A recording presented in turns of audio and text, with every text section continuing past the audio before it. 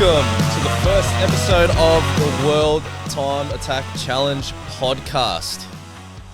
Hopefully you can hear us all nice and clear. My name's Alan, and my co-host today, and for the rest of this series, is World Time Attack CEO Ian Baker. Ian, welcome, mate. G'day, everyone. This has been a long time coming, but yeah, hello, world. So if you don't know, we've started this podcast really recently, just to kind of have it as an avenue for Time Attack fans, as well as our competitors and sponsors and stuff like that, to keep everyone in the loop of what's going on in this wild world that we're experiencing right now in these current conditions. What are your thoughts about that? It is weird times indeed, Alan, but look, I'm totally positive about October. I think if they get over the worst of this now and everything's going to open back up again as it has done everywhere else, and by October we should be swinging good. Yeah. So, I mean, I guess the first thing for us to do is really set the scene for where we are as an event right now, what our path is ahead, and, well, first of all, and the big thing for us, obviously, we didn't run in 2020. That was a big year off for us. We were both quite bored.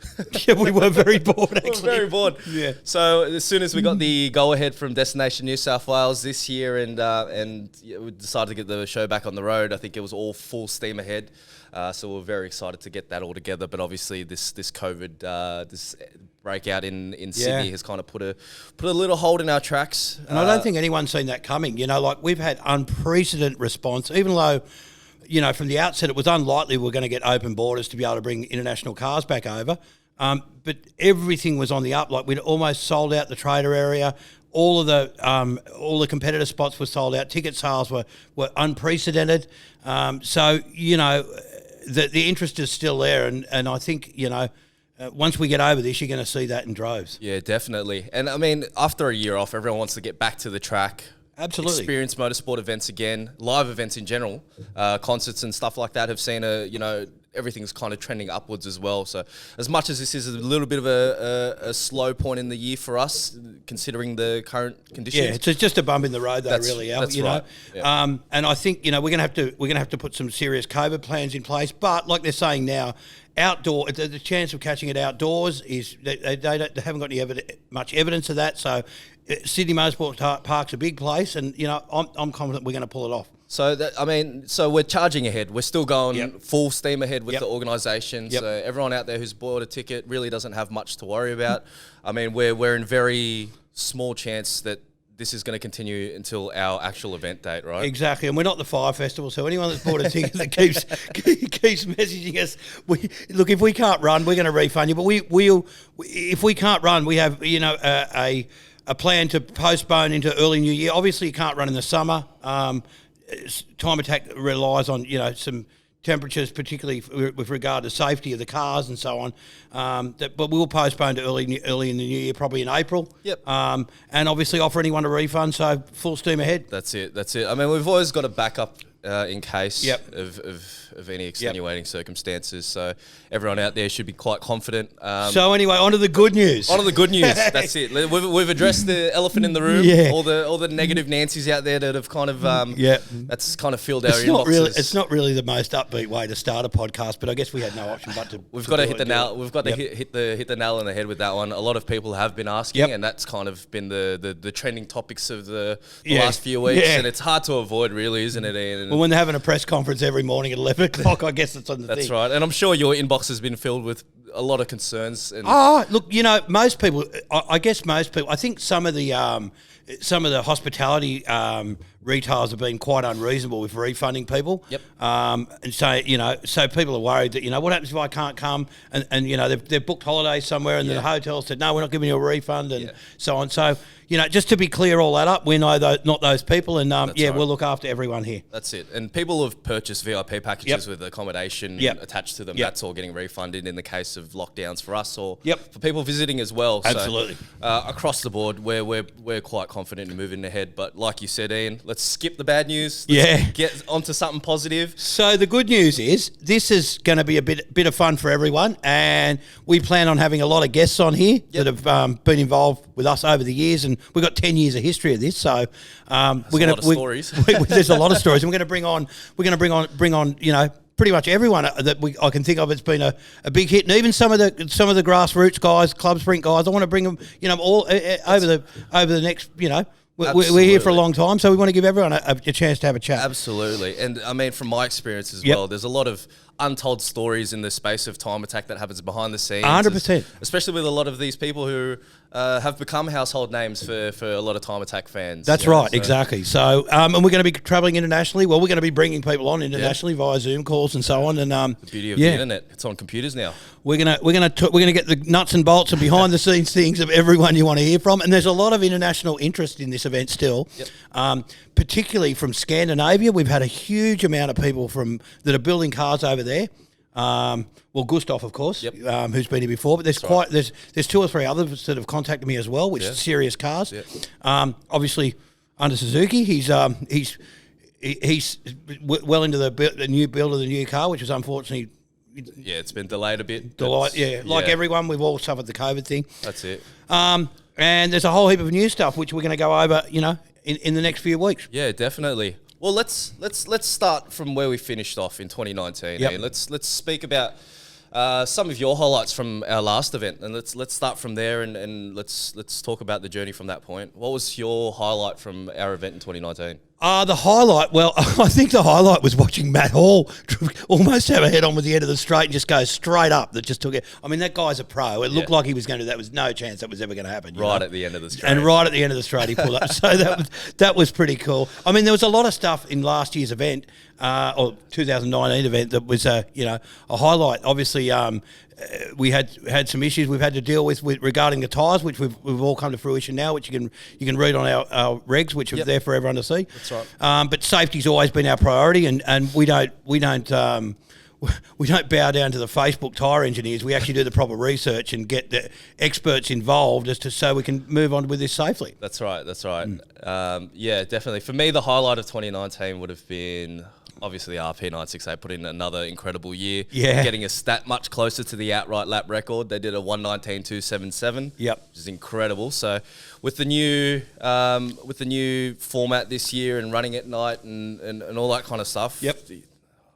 Will be much faster this year, don't you think? You would assume so. Until we got some data, it's hard to say, but you would assume the cool air would make everything work better. And everything's kind of pointing to that direction, which is, would be exciting. Well, the other thing you got to remember is none of these cars have just gone back and been parked in a garage anywhere. Right. They've all had another year of development put into them. Right. And I know RP968's done quite a few things. Yep. Last I heard, that was ready to go testing. MCA. Mm-hmm.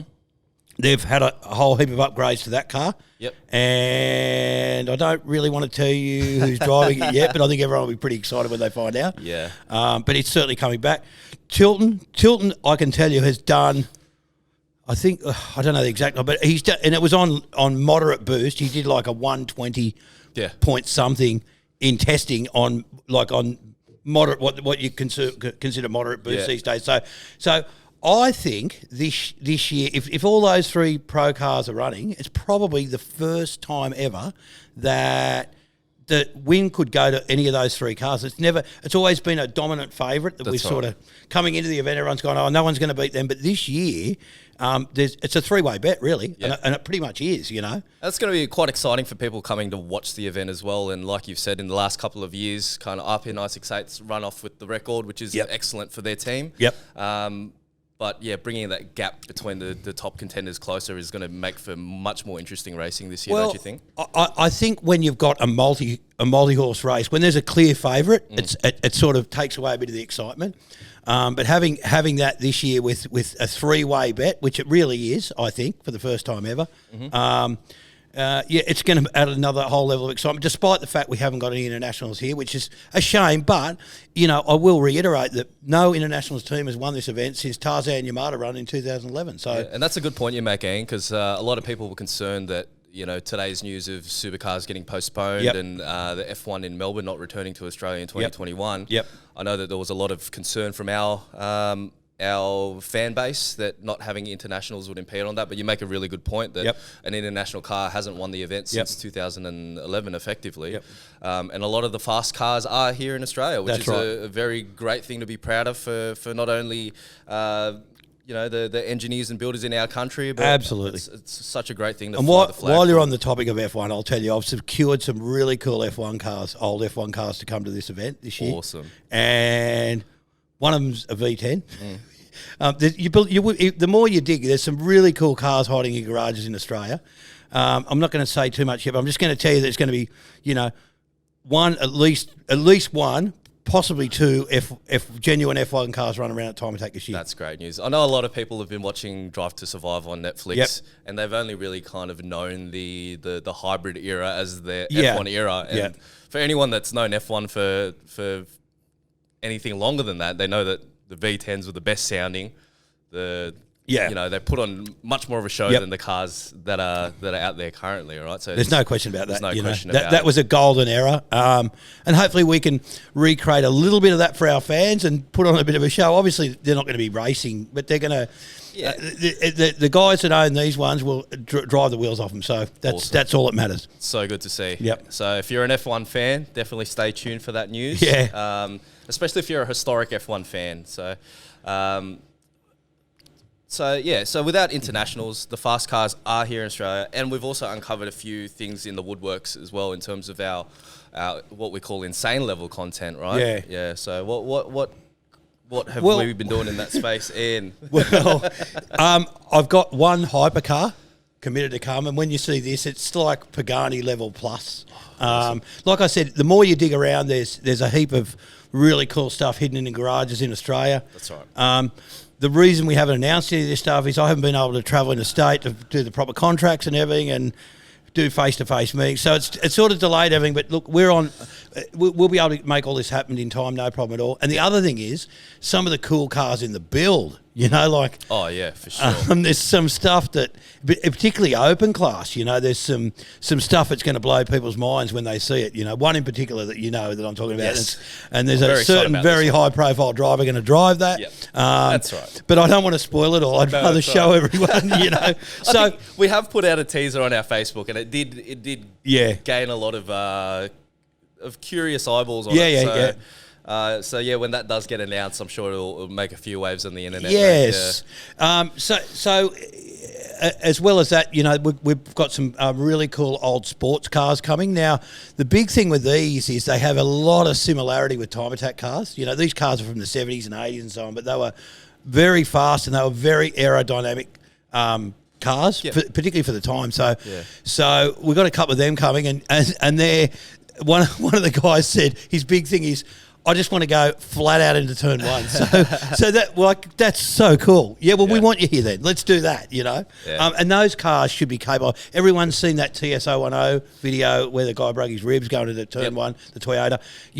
The chance of anything like that coming to Australia is very, very, very minimal, simply because they're all historic cars that are treasures owned by that motor corporation. They're all in museums. Exactly. Yeah. But there's some really cool Australian sports cars which are not dissimilar to that, and they sound...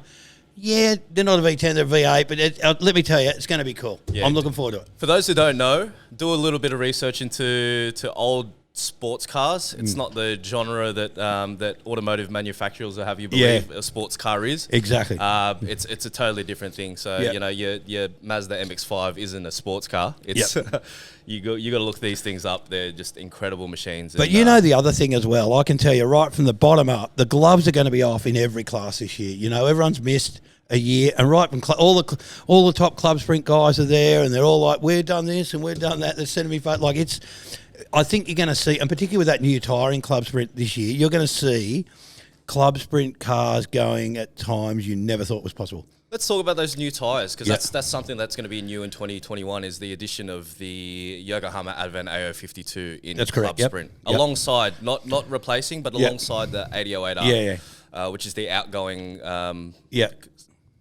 street-rated track tyre for that thing. So do you know how much faster these tyres are going to be?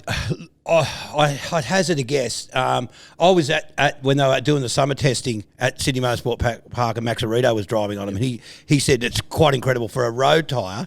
it's closer to the AO50 than it is the AO52. So, I mean, that's an opinion, I guess, and we'll have to wait and see. But I can tell you now, they'll be seconds quicker. It won't be tenths. It'll be seconds for sure. Yeah, and that'll make an incredible difference into Absolutely. the times tumbling in club sprint. Yep. So really exciting to look forward to that. And yeah, I mean, in the pro classes, as much as we're missing that element of international participation, like you've said, like guys like Gustav are still building these pro class cars around the world. I don't think a lot of Australians realise that here everywhere else around the world it's kind of business as usual, apart from all these. Well, the first thing, part of that is seasonal too, Al. We've come into winter here.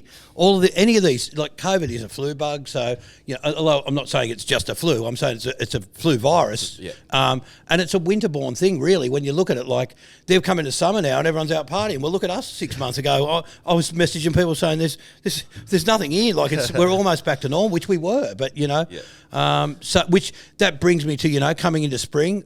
Again, I think, there's a lot more chance of us being in the clear in spring than in the middle of winter. Yeah, but everywhere else in the world is they're still building cars, which is it's great to see. Yep. And I mean, everyone thinks that they can come here, and unfortunately they can't due to our restrictions. But I mean, as soon as those borders are open, they'll be back and in full force. A lot of these cars, I've seen updates from the Audi R8 team from Finland as well. Scandinavia is it blows my mind. Sweden, Finland, Norway, there's so many cool things. And I think that festival that they used to have up there, what was it called? Was it in the Netherlands? It was like a... No, not the Netherlands. No. There was a festival... up there. Gatterbill. Oh, yes. So I think that's largely responsible. They did a lot of time attack, but it was more or less it was a music festival as well. So it was a bit of everything. They did a bit of drifting and everyone wanted to go there. And I think a lot of these cars were built along those lines.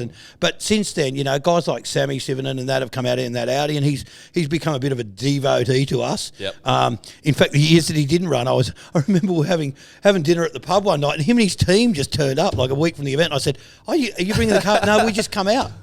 So the whole team come out here for a holiday, which is pretty cool. So, there's no question. Once the borders open back up, all the internationals will be coming back. There's no question. But until then, I think we can put on a hell of a show regardless. Hell yeah. Definitely. Well, let's go to a quick break, and we'll be back in a second with more Time Attack chats. All right, guys, it's party time.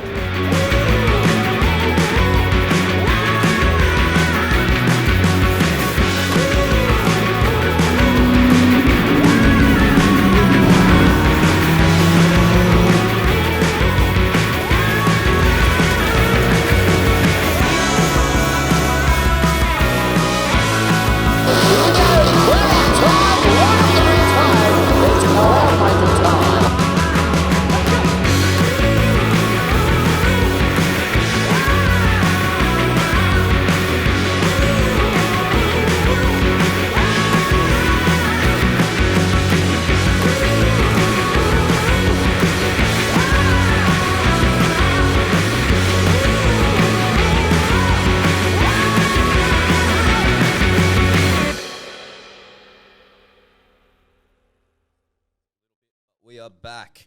So, and we were talking about just before our break, obviously trying to welcome internationals back into our country once the borders open. Obviously that's not going to happen this year, but what is going to happen this year? Let's run people through where the event's going, what the big flashy changes we've got for 2021. I'll run through some of the stuff that we've already been speaking about, and it's stuff like Sydney Motorsport Park under new lights. So for 10 years, we've run the same pretty much the same format of we've run time attack during the day and drift in the evening, which has been good. However, I think seeing these time attack cars go around at night, full noise is going to be something else. Hell yeah. So we're going to be running Friday is a mandatory practice, but instead of one of the big complaints we've had always from the general public is we want to come and watch the practice. So this year, there's a couple of things with regard to the ability for all these cars to last a 2-day enduro, I guess, of competition, full noise competition, particularly pointy end where they're running billet engines and 1,500 horsepower the top cars are running in Pro Class. So to try and get that engine to last 2 full days at full noise is a pretty big ask, and I think we've seen that over the past couple of years. We've seen the failures on the Friday, and then everyone turning up to watch their favourite car on a Saturday. And it's not on the track because they've run out of spare engines. Basically, most of these teams have got 1 or 2 spare engines, but they don't have 10. And when they're literally the engines of that on, they're almost like a top fuel drag engine. They need to be rebuilt after every session, almost the top ones, So, and it also opens up for a lot of our crowd as well. Coming on the Friday, they get a more inside look into how these teams run as well. So the other thing is that none of these, well, I doubt many of them have driven the circuit full noise at night. So by putting in a mandatory practice on Friday and competition only on the Saturday, that brings a parameter of we're building up to a climax on the Saturday night when it's on, So we run time attack throughout the day. During the midday, we're going to stop. We're going to have the Australasian drift titles, which once again, you can't expect many internationals to be coming here because the borders are shut. But there's a bevy of Australia's top drifters. A lot of great talent. Absolutely. And also Mackie's come up with this concept. He's introduced a lot of these young guys in this year that he's recognised the talent from around Australia, and we want to give them a go, So that's pretty cool as well. So there's a lot of young guns coming up in this year. And then obviously the time attack into the evening. Now, I don't know if you've ever, you go to see the Speedway, you go to the top fuel drag racing or any of that sort of stuff, and you go and watch it during the day and you go and watch it at night, and it's on another level at night. Different. So I think we're going to see that. It's the glowing brake disc, the flames, You and I went around that track when they did launch those lights. We did the preview of the lights with Sydney Motorsport Park, and I drove around with basically my headlights off, and the whole track was quite well lit. Absolutely.